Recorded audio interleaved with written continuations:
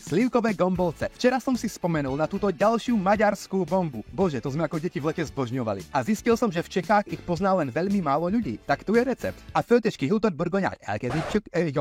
Slovensky to bude asi lepšie. Umyté slivky rozkrojte a vyberte z nich kôstky. Posypte cukrom, vyskladajte na panvicu, podlejte vodou a zľahka opečte. Jo, a jeden tip pre vás. Pokiaľ vám všetky slivky na záhrade zmrzli tak ako nám, zachráni vás rohlík ako vždycky.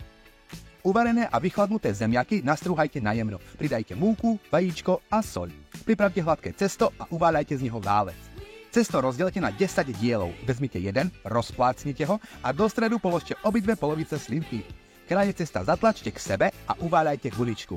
Takto pripravené gombolce budeme variť v osolenej vode, ale ešte predtým si pripravíme posyp. V panvici rozpustite maslo, pridajte strúhanku a práškový cukor.